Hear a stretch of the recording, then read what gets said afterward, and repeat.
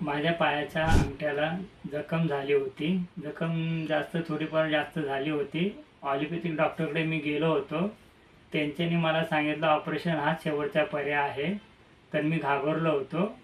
त्यानंतर मी पूजा वहिनींना भेटलो. त्यांच्याने मला सायो आयुर्वेदिक क्लिनिकबद्दल सांगितलं. मी त्या क्लिनिकमध्ये गेलो.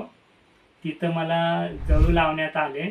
अशी ट्रीटमेंट केल्यानंतर 3 वेळा जळू लावले गेले माझ्या पायाला. अशी 2 महिना ट्रीटमेंट चालली. त्यांची औषधं वगैरे मी घेतली. पथ्य वगैरे मला त्यांनी पाळायला सांगितलं, तसं तर मी पथ्य पाळलं आणि माझी जखम आयुर्वेदने व्यवस्थित झाली. त्याबद्दल पल्लवी विरुळ मॅडमचे धन्यवाद.